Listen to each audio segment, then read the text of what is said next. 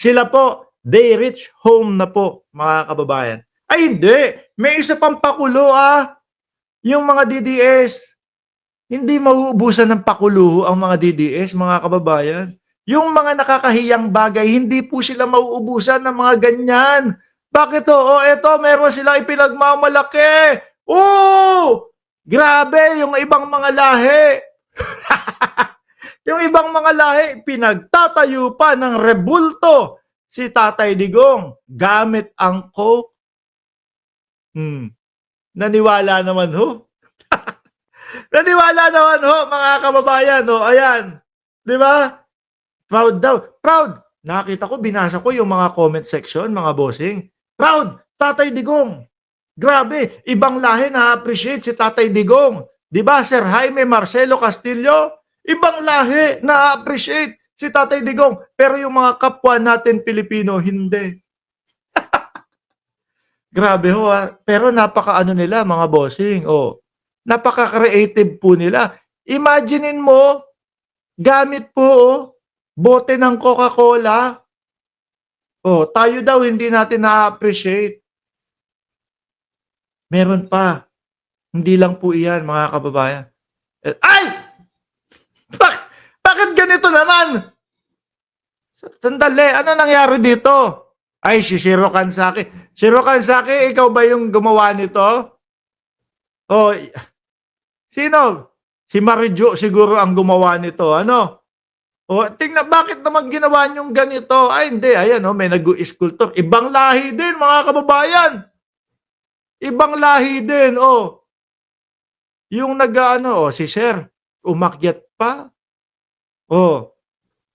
Ayan, iba. May art si dating Pangulong Duterte. Na-appreciate ng mga ibang nasyon ang dating Pangulong Duterte. Biruin nyo daw, sa dahig daw po yan, mga bossing. Sa dahig daw po yan. Tapos, kakwiki kasi inuto nila mga ibang lahi, DDS, sinungaling. Eto pa. Inuto lang nila para gumawa ng rebulto. Di ba dapat yan ang gusto ni dating Pangulong Duterte sa gilid daw ni Jose Rizal? Sabi ko naman, mukhang di naman papayag yung sambayan ng Pilipino nun. Sabi ni Bani Union, may bayad siguro yan. Kaya nila ginawa. Hindi, papakita ko sa inyo mamaya, no? Eto pa. Ayan! Ang dami! Mga kababayan. Eto, di ba? Eto, gawa sa Coca-Cola. Gawa sa Coca-Cola. Ayan. Ibang klase ang mga DDS. Saan naman kaya ito? Papayago kaya ang presidente kung saan mang bansa? Gawa naman po ito saan? Sa metal naman. Ibang klase. Napapayago kaya ang presidente ng ibang bansa? Sige, magtayo kayo ng inyong sculptor dyan o ng ano tawag dyan? O rebulto. Aroy, akala ko gorilla. Sabi ni siya, grabe ka naman, Sharin. Meron pa ako nagpipicture Ito mukhang si Sir, mukhang Chekwa pa. Baka sa China tinayo, mga kababayan. No? Baka sa China tinayo. Doon tingin ko papayagan yan. Papayagan, no? Maka pro-China yan Di ba? Pro-China ang dating Pangulong Duterte Ang dami pakulo, hindi tayo maubusan dito. Meron pa. Ito pa. Putrages na yan. Ibang klase na to, ibang level na po ito, mga kababayan. Pati po si Jackie Chan. Diyos ko po, Lord.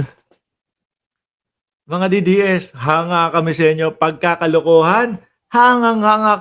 Pati si Jackie Chan, umatras yung edad, mga kababayan.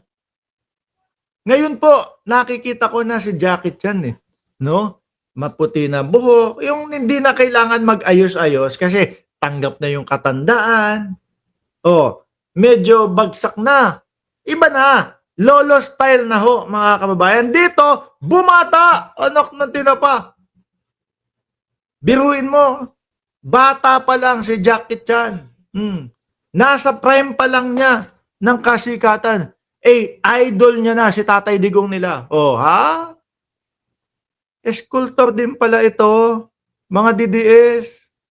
Ibang klase kayo. Ibang klase kayo. Kapagka merong mga kaugukan, may mga kalokohan na ganito, oh, yung mga ano, naku po, mga kababayan, pag nagbasa ho kayo ng mga comment section sa mga ganito, mga bossing, putrage, sabi ng mga DDS, tingnan nyo! Eto!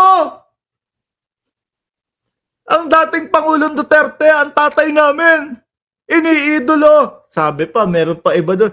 Thank you po, Jackie Chan. Anak na putik na yan. Kung gumawa po ng katangahan, nung gumawa po ng katangahan, mga kababayan, ang mga DDS na kaganon, amin na yan! Amin na yan! Sasaluhin namin yan! Ganon ang mga DDS. Pero mo, pati si Jackie Chan, nadamay ha. Oh. Pati si Jackie Chan, nadamay. Sir Kim po, salamat po sa inyong super sticker. Bumata nga eh. Wala na. O ngayon, dito tayo. Pinagsama-sama. Uy! Ito daw ang favorite ni Chi eh. Oh, pinagsama-sama. Ngayon, mga kababayan, tingnan nyo ho, nung pinagsama-sama, mga boss, Chi Pamo, sir, ito, medyo, ano ba, panong tsokolate. Ito, medyo mag-gold. Ito, matsokolate. Ito, medyo mag-gold. Ito naman, ito, tingin ko nakabarong, pero magkaibang kulay. Patagilid to, ito naman, paharap naman. Ito naman, medyo ano naman to, ano tawag dito mga bossing? Yung naka-coat and tie o naka-coat, 'di ba? Si dating Pangulong Duterte. Dito naman gawa sa coke, mga kababayan. Pinagsama-sama. Iba-ibang pwesto, iba-ibang anggulo, iba-iba ang damit, iba-ibang materyales ang ginamit. Iisa ang background. Iisa ho ang background, iisang lugar. Ang galing naman po ng mga gumawa nito. Biruin mo ha. Biruin mo mga kababayan. Napakabilis nilang gumawa. Napakabilis nilang gumawa ng rebulto sa iisang lugar. Ano ginawa nyo dyan? Pagkagawa, oh, sirain na natin. Pagka-picture, oh, iba naman. Oh, tanggalin natin. Pag binasa mo, gusto niyong matawa, mga kababayan, basahin niyo po yung comment section. Pag nakakita kayo ng ganitong picture na dumaan po sa inyong newsfeed, basahin niyo po yung mga comment section. Basahin niyo po, ang dami pong mga DDS dun. Sabi, salamat po sa pagsuporta sa Tatay Digong. Salamat po sa pagsuporta, no? At paggawa ng rebulto ni Tatay Digong. Paniwalang-paniwala po yung mga DDS. Sabi ko nga po sa inyo eh, ganyan pong kabilis maniwala. Ganyan po kauto-uto ang mga DDS, mga kababayan. No? Yung mga ganito po, napakadali po nilang paniwalaan.